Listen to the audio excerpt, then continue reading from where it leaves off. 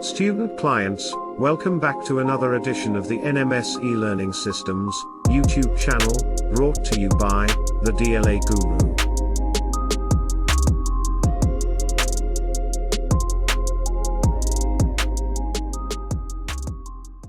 In this video, you will learn more about the exclusive release of the NMS Part Pricing Tool, version 2.0. Version 2.0 is the most complete, standalone, database management software solution that will revolutionize how your company collects and stores your government solicitation and bid pricing information.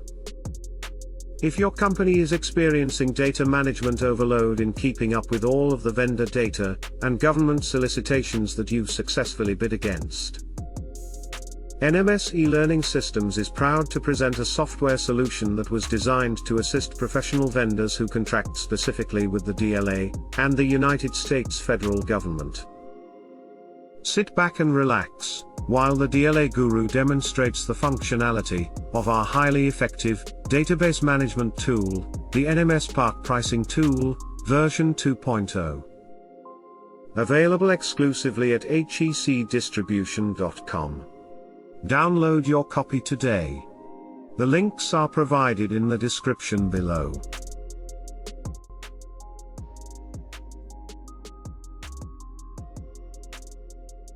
All right, can you still hear me? Yeah, I can hear you, but the camera is still, oh, wait a minute, yep, there it is, it just popped in. All right, how you doing, sir? All right, fantastic, Rico, good to see you again. Yes, sir. Yes, and let's see, so congrats again on joining the DLA family.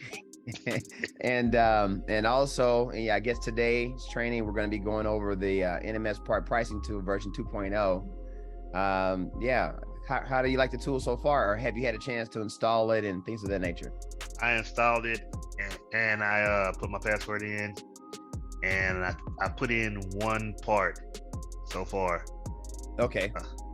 Yeah. Fantastic. So I mean, do you like the tool as far as the test drive that you've had so far?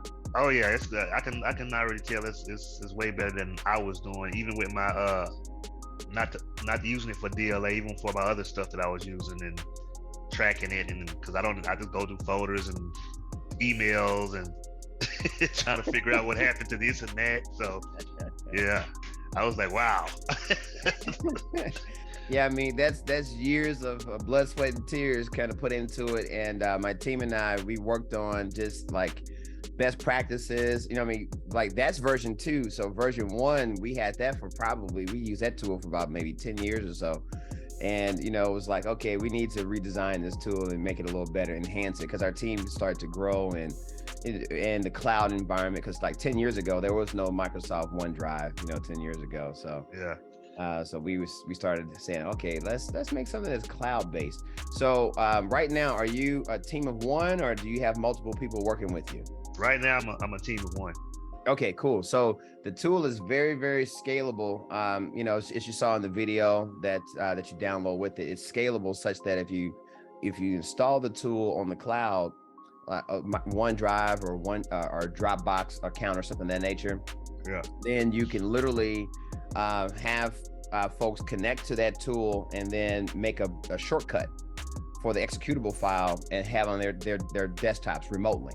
So when they go into it, when they launch it from the cloud, it all feeds into that same central database, right? Which is kind of cool. And of course, you put in your different restrictions of different folks that you don't want messing around with the tool and erasing things and whatnot. And yeah, you can really scale your part bid pricing projects in that way. Yeah. Cool. So today was more or less to talk a little bit more about the tool, or if you want to talk strategy as it relates to the tool and things like that, you got me for 30 minutes. Is there anything any questions that you had that you'd like to cover?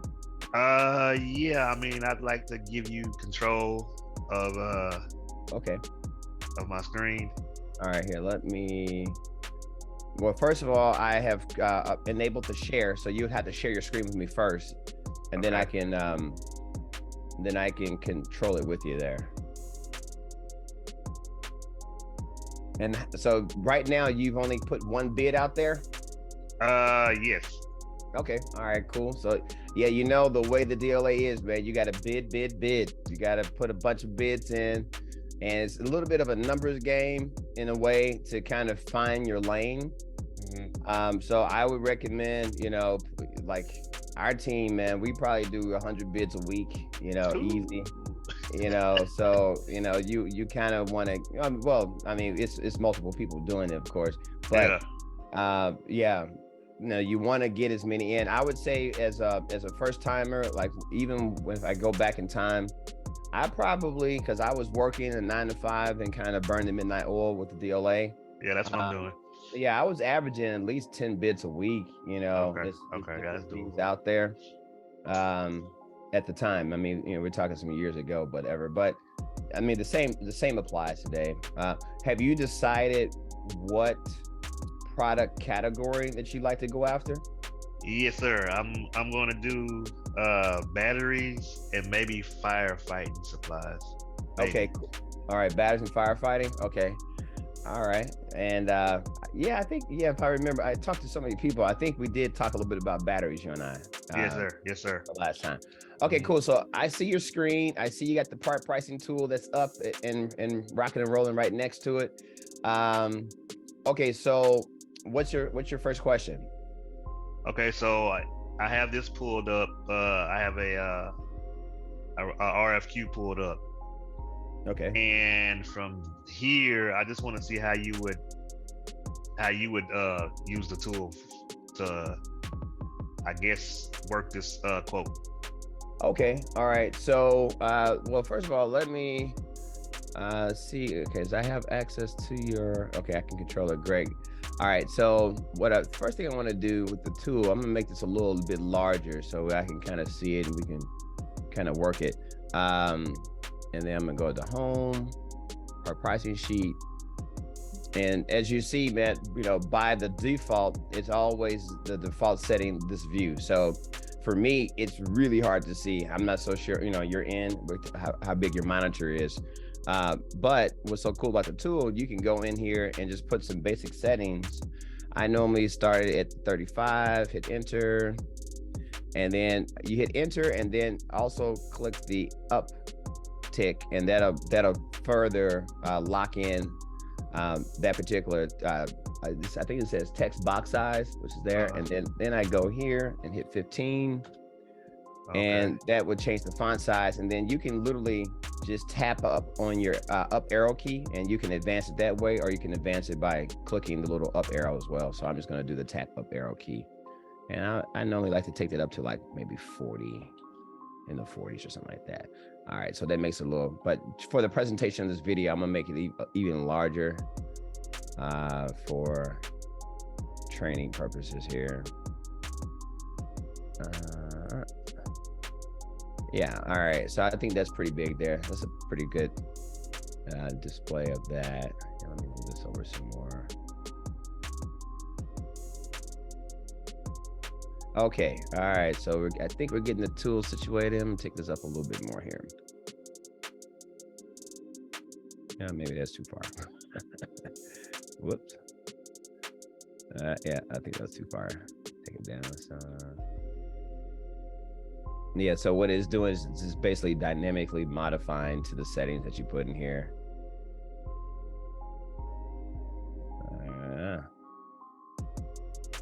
Oh, well, let's see here. Let me do that again. Let's see, that's 35, enter. All right, yeah, it was doing some interesting kind of stretching stuff going there. And it could be the feed that I'm seeing here too as well from the Zoom call here. But okay, yeah, I think that's pretty good there. Let's see, 35, do that one more time. Okay, then up. Yeah. All right, can you see it pretty good? Yes, sir. Okay, cool. I can see it just fine too. All right, now, so yeah, again, you can make those adjustments, and then when you come in and out of the tool, as a matter of fact, you don't have to shut the tool down. You can just minimize it and have it just, run on the back of the computer. But in the event that you do log out and log back in, it always goes back to the default settings. So I say make a mental note, of whatever, settings that you like for your particular machine. Right. And then you can just drop those numbers in and you can always get back to where you were before. All right, so that's that. And then the next step, what I recommend is pulling up the output, and then we'll do a refresh, and then they'll bring in that first log file that you had there before. And then let's go back to Part Pricing Tool here, which is there. All right, now, so the solicitation at hand. First question comes to mind, the solicitation that we're looking at, are you ready to bid it today? Like, do you have a wholesale price quote from your vendor? No, I don't. Okay, all right, so this is one that you could, as far as today's training, so this is kind of not a real live training, a real live bid that you're going to be submitting. You're just kind of looking at how the tool works a little bit better. Cool. First thing I would do when we're looking at solicitations, so let's say hypothetically that you were ready to bid this one, and first thing I always look at on solicitations is block 7, where we're trying to see, okay, who pays for shipping, all right? And this particular one, it shows that you as the supplier would be responsible for shipping. And I was about to ask, is this a battery one that I see right here? It's land batteries and tires for the DLA Land and Maritime Division.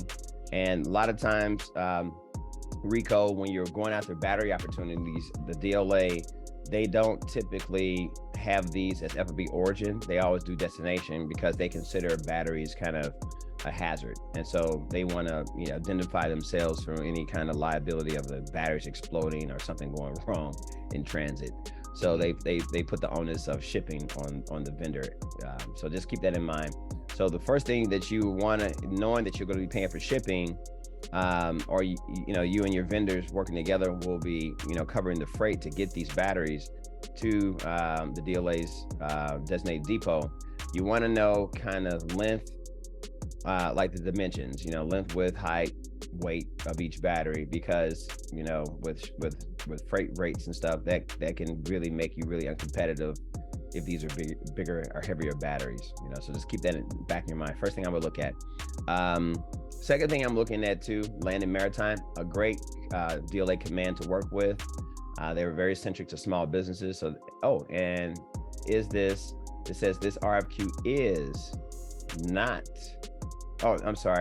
this is a small business set aside. So that's indicative to the DLA Land and Maritime. So that means that, it's a small business set aside, meaning that if the OEM is a small business, then you'll be potentially competing with them. But if they're not, you won't be competing with the OEM, which is a good thing.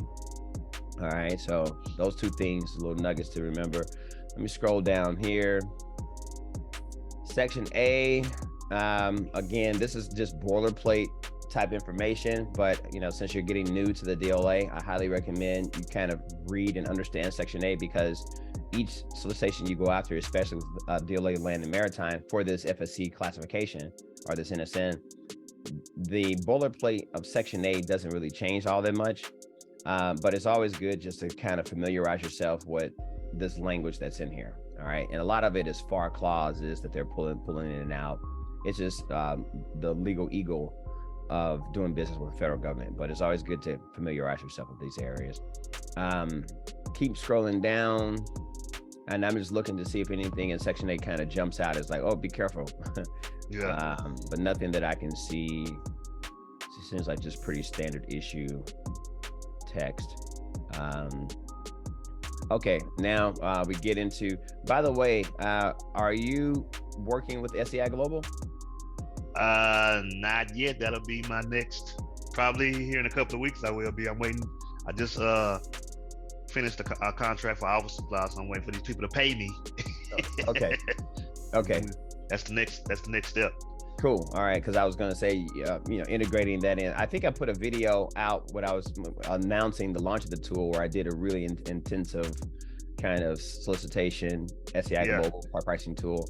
Man, it's really a wash, rinse, and repeat to that for the most part, but little nuances depending on the solicitation that you're working on. But so for the sake of today, in Section A, they always kind of give you some past award information here. So 2022 is the last time government bought 2,100 of these or so at a $58 cost, $58.75, and you'll see the incumbent, this 634 UI. Not exactly sure who this company is, but a couple of things we're going to look at. We want to see if this is the manufacturer or if it's just a company that just has no competition. They just keep winning and winning and winning it. What I really like about it is their price hasn't changed. I mean, they're pretty much a consistent price no matter what quantity level the DLA is buying. I mean, there's not even quantity breaks, or they're not fluctuating their price. So that's good for you to know too. So you kind of know a target price to beat, right? In order to come in here and steal the business. Now, as we scroll down some more, we kind of get into the NSN, storage battery. And again, if you had SCI Global, it'd be really easy to drop that NSN in and kind of do that research to kind of figure a lot more stuff out. So you're kind of looking at this a little bit blind with not having the right tools, because going on DIBBS, it won't give you the history. You won't be able to really research effectively. I mean, you can put in NSN, in cage codes and get information about the companies, but it's a little bit more cumbersome to do that. But I'm curious to see if that particular, so now we're in Section B. Okay, hold on, let me scroll through real quick here. I'm talking and scrolling at the same time. All right, let me look in here again. Anything stepping out of my head. And the thing with batteries too, there's always, you'll see a lot of hazard terminologies, mercury, those kinds of things. So the DLA understands that, batteries are considered, hazardous materials depending on what they're made of. And so you'll see this block here where they talk about the materials safety data sheet, the MSDS. Yes, and you will get some contract officers that call it a SDS, which is the same thing. So MSDS and SDS, same thing. So for example, here it is right here, safety data sheet in lieu of the material safety data sheet. It's pretty much the same document that's presented by the manufacturer. They design it, and it's basically telling what materials in the battery was made out of and all the hazards that come along with it. So before you can get an award, contract officers will ask for traceability, and they'll also ask for a copy of the SDS sheet, the latest version of it that you'll have to be required to submit. They just need it in the file that you have presented that information. It's a little bit cumbersome because it's like, you guys keep buying the same battery, nothing's changed, same thing, but this is the government, man. The next thing here, I didn't mean to do that, cancel. Next thing here, they talk about the shelf life, right? And so shelf life is always an important thing with batteries. And this is something that you'll always have to kind of keep in mind. Dimensions, the weight, SDS, MSDS sheet, and what the shelf life requirement is. And here they're saying that they want a minimum of 36 months on the life of the battery, of date of shipment. So you always want to just double check with your vendor that they're not sending you some stale batteries. Man, I went to Home Depot and bought some AA batteries not too long ago. And, they say on the package, they're good for 5 years. Why did the battery start failing like within a couple of months? And it's because Home Depot was selling stale batteries, And so the military says, well, we can't do that. So that's very, very important that you don't, that you iron that down. And if you get contracts, Rico, I would definitely put in your language of your purchase order to your vendor, further iterating the shelf life requirement. All right, because what you do then, you're creating a paper trail such that if your vendor decides to do a Home Depot on you, that and the batteries fail and the soldier gets killed or something because, whatever happens, and they kind of link it back and try to figure out what went wrong, that you got, you got a CYA. Because you have stated legally on your purchase order requirement that because you can't check the batteries, no one has the ability to check the batteries. All you can do is just tell them, hey, this is required in order to do business together, right? And so that's a way that you can CYA. Man, that's an extreme case, a soldier getting killed, but just understand that there's risk, and you want to mitigate that. Now, scrolling down here, Power Products Unlimited LLC, and you'll see that their cage code is here, 3NSNB, N8.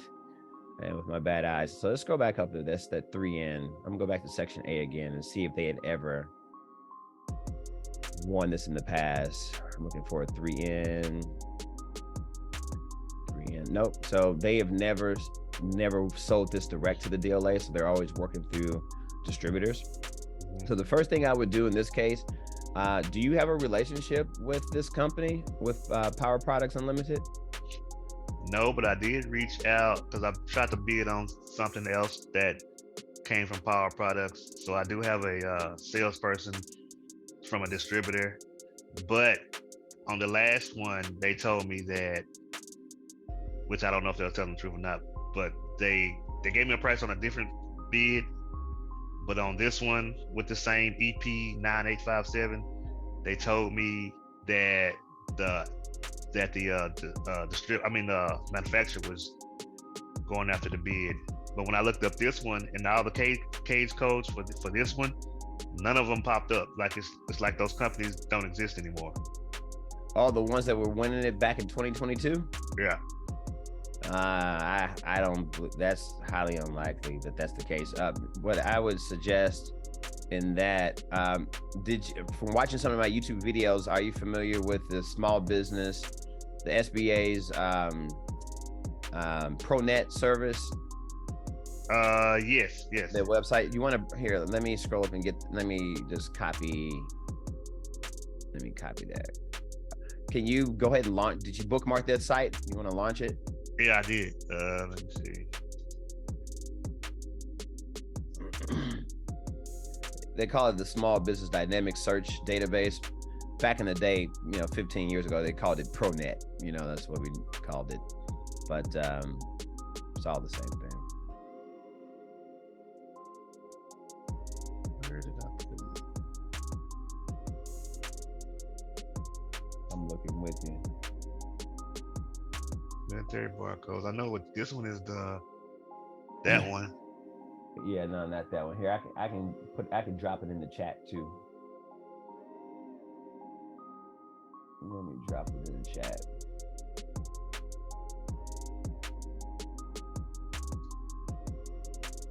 And highly recommend you bookmark this as well, because this is going to be your friend.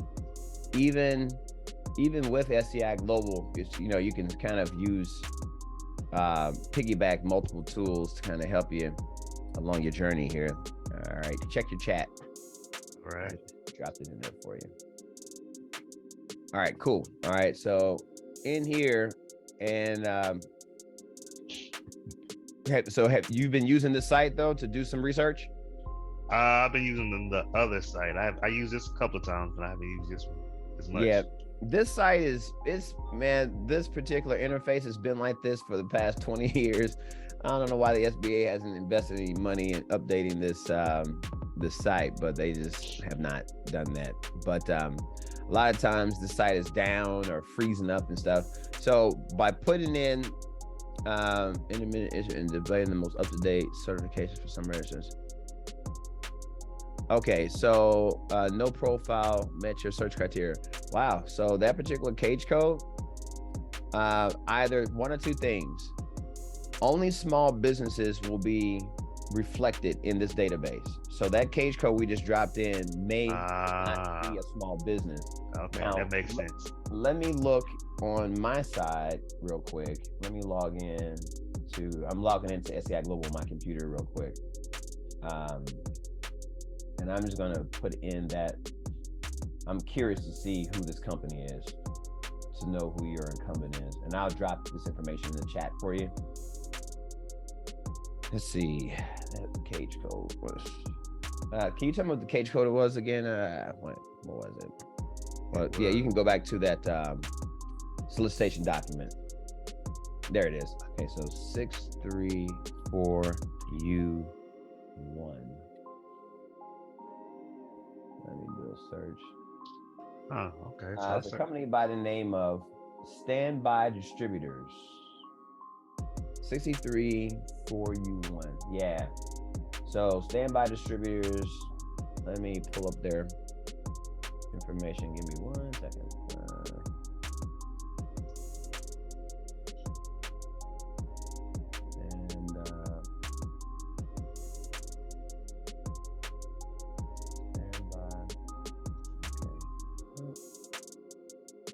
They're based in Santee, California.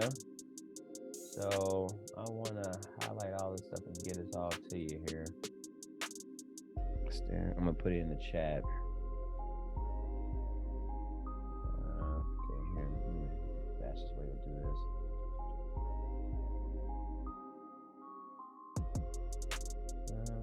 Give me a second. Stand by.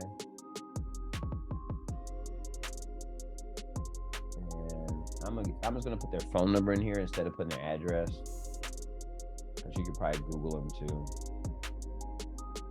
Let me see if they may even have a website in here. I'm still scrolling down, just building this little nugget of information for you. Yeah, they don't give a whole lot of information on their company. There's, no points of contact. I don't know, maybe you can go on SAM.gov. Here, I'll go ahead and drop their address in here then, because it's interesting that they were winning last year. They won a lot of these things last year. Mm-hmm. Yeah. Let's see, Santee, California, zip code. Yeah, a lot of times when I see there isn't a lot of information on the company that is pulling from SAM, I mean, it's not even telling you what business size is A. So business size, meaning they are a small business. A means that they are under 500 employees. All right, so they are, they could bid on this one because this is a small business set aside, So here, that's that. Let me go ahead and drop it in the chat. All right, so that's who that company is. The cage code. Drop the cage code in the chat too. So that's who they are. Now, that's not to say that, what I would do, because they're your competitor, I call it industrial espionage. Sometimes I'll call them and just to see, let them answer the phone and, just see who they are. Just check the pulse and see, what kind of company are they. Yeah. Research who your competition is. All right, you can switch it. Oh, here, I'm back on your screen. I can minimize this. Get back into the solicitation. Okay, cool. So let's continue to move forward here. So we kind of know who the incumbent is. And as we're scrolling down and looking a little closer at this guy, first thing, so here it is too, about the shelf life. So it's telling you again, the shelf life requirement is this type 1 item with a shelf life of 36 months applies to this item, so make sure you're doing that. Reach back out to these guys. You have the phone number here? Yes, sir. And let me see if I may even have a point of contact the SCI Global has in here that might sometimes going straight to the head honcho is your best bet with some of this stuff. That's 3NSN8. 3NSN, the number 8. I'm having some problems with my computer today. 3NSN8. Okay, good. Search. No records found. 3NSN8. Okay, let me get the NSN from this thing real quick. Yeah, you really got to know how to manipulate data to pull up stuff. Sometimes you got to work it a back door, front door, side door. 76279.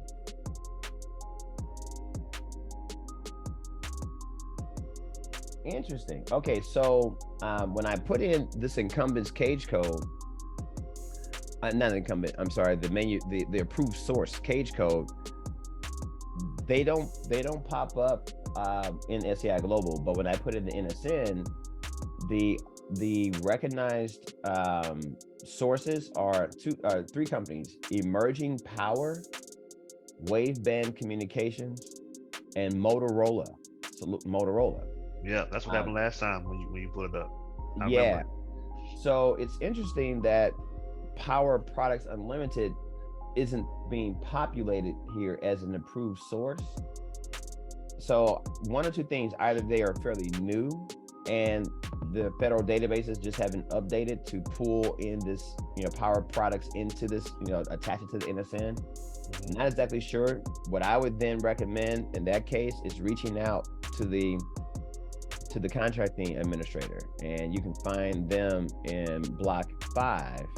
This Mary Ann, I'm not even going to try to pronounce her last name, but I always try to call first because, it's human touch. I typically like to talk to folks. Now, if you can't get through, go straight to voicemail. By all means, leave a voicemail announcing your company. Give her the information like, hey, looking at solicitation number such and such, national tax number this, got a few questions regarding approved sources, and let them know, boom. Now, who controls approved sources is the DLA's packaging, product specialist, I should say. The product specialists are whatever the end user, the customer that the DLA is servicing, they more or less say what manufacturers they're comfortable using. Maybe there were inherent problems with the emerging power, Waveband, or Motorola. So this company came in and figured out, found out how to solve the problem for the DLA, right? Okay. But yeah, that's interesting that, power products is not listed here. But it's not the end of the world. I mean, a lot of it is just communication. So let me continue to scroll down. And you're asking how to use this tool, and we're going to get there in a second too. And so power products. So as a matter of fact, let's start to kind of populate some things real quick here. So I'm gonna go ahead and copy them in here. And I kind of put whoever the approved source that the DLA is looking, like they want to compare apples and apples. So you always want to, if they ask for a red apple here, you want to put the red apple here. Now, what's on my computer over here, and I hate that this Zoom isn't allowing me to copy from my screen and drop it into your screen. That would be so cool if they let me do that, but they don't. I just tried to do it just to see. But here, I'll go ahead and type these in here. Emerging power. And their cage code is this 3CB57. They are no longer the approved source, but I always like to find out what happened. Right. EP9857. This is the part number. This is their associated part number, which is the same doggone part number, right? Right. So I'm giving you a little bit of a nugget right here because being that that's the same part number, the DLA, they don't really care that it's coming from power products. They care about the part number and they care about the selling characteristics, right? So the fact that they didn't call these other suppliers, other previously approved sources, is not indicative that you can't get it from emerging power. Okay, right. So just remember that. So wave band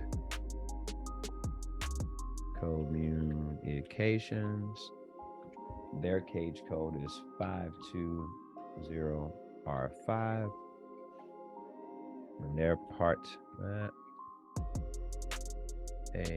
ART number is the same. Okay, EP9857, and then I'll just put Motorola, MOTOROLA.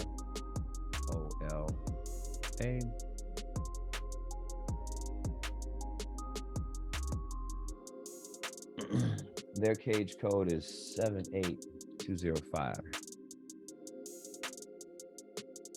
And then when you get it, if you decide to sign up for a service like SCI Global, and being able to create, if you remember in the master class, you can create this web that allows you to pull in any solicitations that are Motorola.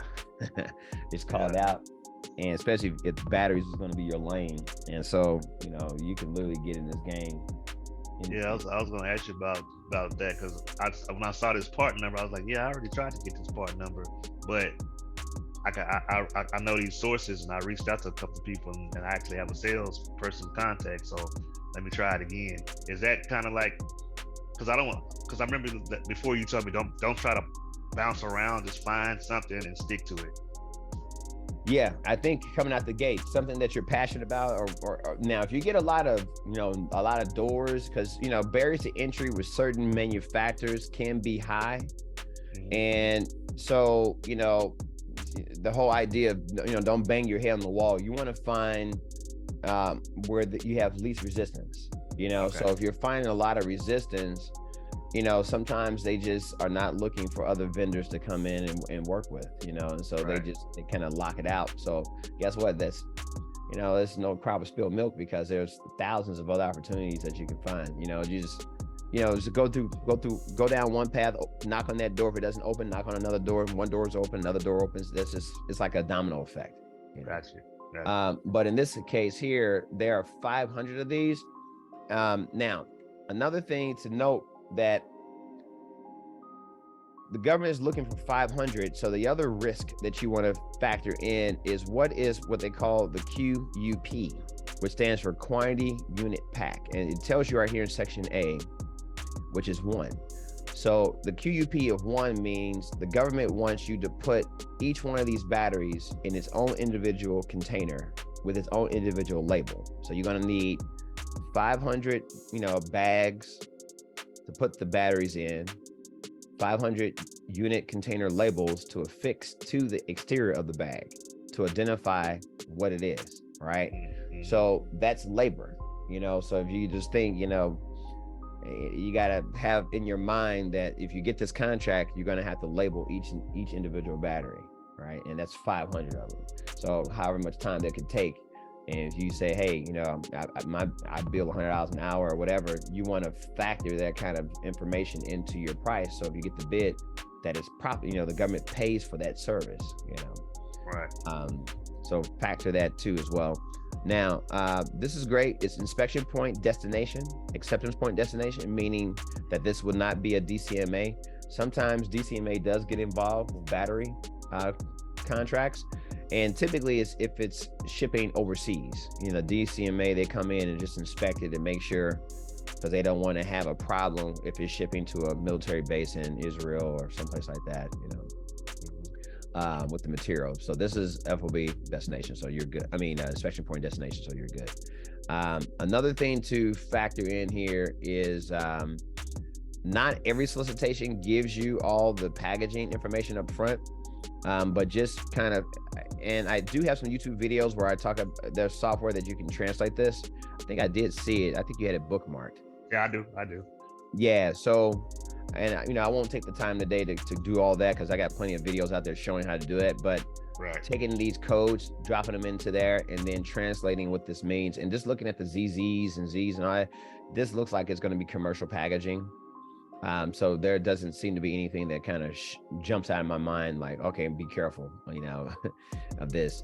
And, standard Ziploc bags, that have a pretty good meal thickness to them, to just protect the battery from any kind of, particle like dust, dirt, moisture, is probably be a good idea.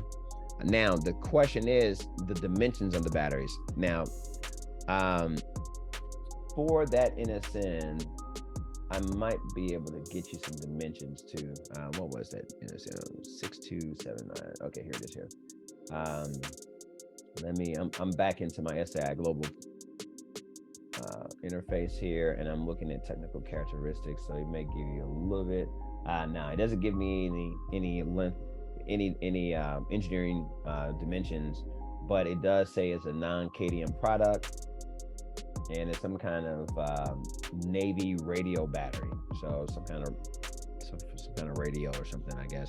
Now, what you would definitely need to find out is when you reach out to Power Products or even one of these incumbents here, dimensions, so you'll know kind of what we're dealing with here. Because past award was like $58 or something on this. So back to your original question, how to load this into here. We're gonna go ahead and drop in that part number right there, and the NSN is right here.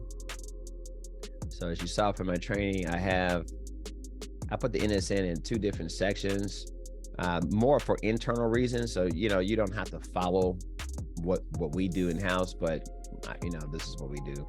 Some vendors, I mean, some systems that we use require the ones with the NSN with the hyphens, some don't. So we kind of have that in there. And then the solicitation number, of course, is here. Copy, paste that in there. And then they're saying, oh, yeah, I did that wrong. That's not the part number. I did that wrong. That's the cage code. My coffee hasn't kicked in all the way yet. Yeah. All right, paste. And then it asks for a description, which you can pull right out of solicitation itself, which is kind of cool.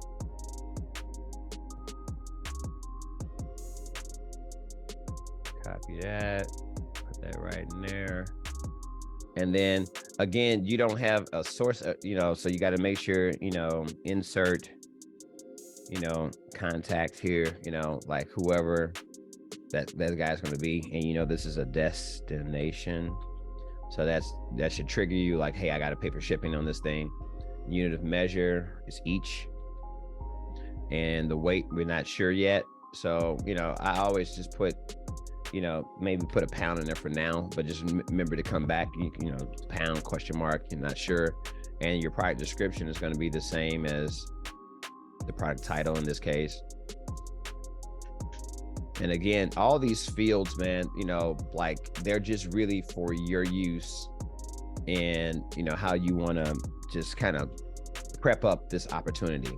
So a lot of these things, you don't really know delivery days yet, but, you know, by default, you know, 30 days. But then you want to come in and fact check that when you start working directly with your supplier, right? Now, when you scroll back up here, I think past award was back in 2022 at 58. That's the price to beat in order for you to come in and steal the business. And so there is no first article test on this guy. So you leave everything in green, blank. You don't have to worry about touching it. And the thing that you care about now, you got to get your wholesale price from your vendor and then figure out what your markup is going to be. And then whatever shipping is going to be, so that you'll have these 3 fields to fill out, you know, as you get more information, right? But for the sake of this one, you know, now you can save it. When you click the save button, it'll automatically save it as log file number 2. So when you click save here, it says record saved successfully. Fantastic. Now, when we go back into your window output and we hit the refresh button here, there's your second log file, right? And it's so cool, man. Let's say this first one that you bid on, and I won't bring it up, you know, because, you know, I just, you know, whenever you win the contract, you can, like, let's say you had like 100 log files in here, and you're like, okay, which log file was it? We implemented this great find function that is text sensitive. It's not even caps sensitive. I mean, but anything you put in here, it will search your entire database on screen and highlight it for you, so you'll easily be able to find it, you know. So for the sake of the one we're doing today, if I go back in here, you can go to edit. I'm just going to bring up edit log file number 2 since we're kind of working on that guy. And if you just grab any one of these pieces of nuggets of information that are unique to this log file, you go into output, and if you drop that guy in here, which is kind of cool in version 2, we didn't have this before, and so it automatically can highlight it, and then it tells you right next to it what log file number it is, so you can easily go back into your database and pull that log file up to see, you know, what you were working on or where you left off. And you can search for it by solicitation number. I mean, any information you put in here is stored into the log file, right? Yeah. So that's pretty much the power of the tool for the most part. Let's see, you changed the name. Cool, you got all that in there. It's great. Yeah. Is there any additional questions on the tool itself? No, sir. No, sir. Okay. Yeah. And and one other function which I kind of like about the tool. I mean, of course, we got the print function where you can print the log file information. Let's see if we click print here, it brings up kind of a PDF of all the data that's in there. So if you want to collab with vendors and stuff, you can easily, make a PDF of this, print it, send it, move it around and share it with folks, which is kind of cool. So you can print the PDF from there, or you can also go into your output, highlight the actual log file at hand, this here, and then you can click print as well. And it says, please select your record to print. I thought I just did. Well, maybe you can't. Let's try it again. First print. Please select the record. Maybe I'm not selecting the actual record. You gotta do that. All right. You know what? There are certain things about the tool that I do know. Some things I forget. I didn't use this thing. Good. Yeah, but you can print it. I know you can print it. Let me stop that first, and then so we'll stop find, and then select this. There you go. So you got to highlight the whole record, I believe, to print it. This is what it was. Now you can print it. I'm like, wait a minute, I know this tool works. We tested and did all kind of stuff. But yeah, so that's that. Now, no other questions that you got, and I guess are we to the end of our call today? Yes, sir. But yeah, man. A lot of little nuggets. Yeah, man, you're in for a nice journey, and you seem like a young man too. So you got some time on your hands to kind of get dirty. And I'm always here, Rico, to assist you so that you don't have to feel like you're in this wilderness all by yourself. I mean, there are a bunch of coaches that are out there, and by all means, never, unfortunately 20 years ago, man, I didn't have a coach. I didn't have anybody to talk to. I mean, you can't really even talk to the DLA because they'll, hey, we can't talk, because the FAR doesn't allow us to talk and that kind of stuff. Yeah. So I always say, to keep yourself from getting, harmed, getting yourself involved in opportunities where, it can hurt your company. It's always good to shoot it past someone that has kind of done it. So I'm always here for you to reach out, and I will definitely keep the content going. By the way, I'll tell you, you're the first for me to announce this to. I'm working on a affiliate marketing program, and I think this week we're going to be releasing the announcement on YouTube that if you really enjoyed the masterclass, that we're allowing or enabling students who have taken the class, and even folks that are just into affiliate marketing, to be able to get a link for free, and you could share it with members of your team. Like if you're looking to bring someone else on and you're like, man, I need to get someone trained to do this work, and I don't want to spend time trying to train them. Right. You can basically give them the link, they can register for the class, and there's a sizable commission that we offer to you guys for anyone that books and pays for the class. You'll get a cut of that. Okay.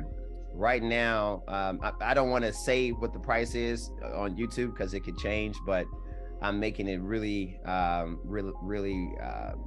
worth your while for the newer students to get involved. We kind of want to launch it, and we're making it nice and profitable for folks to get involved. So yeah, keep a lookout for that. It'll be coming your way. Okay, appreciate it. Yeah, man. Cool. Well, thanks again, Rico. Yeah, man. And hey, bid more. One bid is not enough. I will, and I'm definitely getting that SAI Global. So I'll be hearing from you pretty soon. Okay. All right. Cool, man. Well, I'll talk to you later and see you on the other side. Okay. All right. Thank you, sir. Bye. Thanks for watching. Also, if you find my related content inspiring, please show your support by hitting the like, share, and subscribe button, along with the notification bell, so that you can be alerted when I drop new relevant content to empower you for success with the DLA. Also, by doing so, you'll help me reach a larger audience of people who may be also interested in learning more about government contracting and doing business specifically with the world's largest customer, the Defense Logistics Agency. Please don't forget to check out my flagship masterclass, 8 Steps to Successful Federal Supply Contract Bid Submissions to the DLA. This masterclass provides a balanced approach to virtual education and is designed for both beginners and seasoned companies alike, with proven techniques on the best way to position your organization to being successful with winning federal supply contracts with the DLA. The masterclass contains 3.5 hours worth of content, along with proprietary and recommended software tools designed to empower you for success with the DLA. Check out the links provided in the description below to learn more today.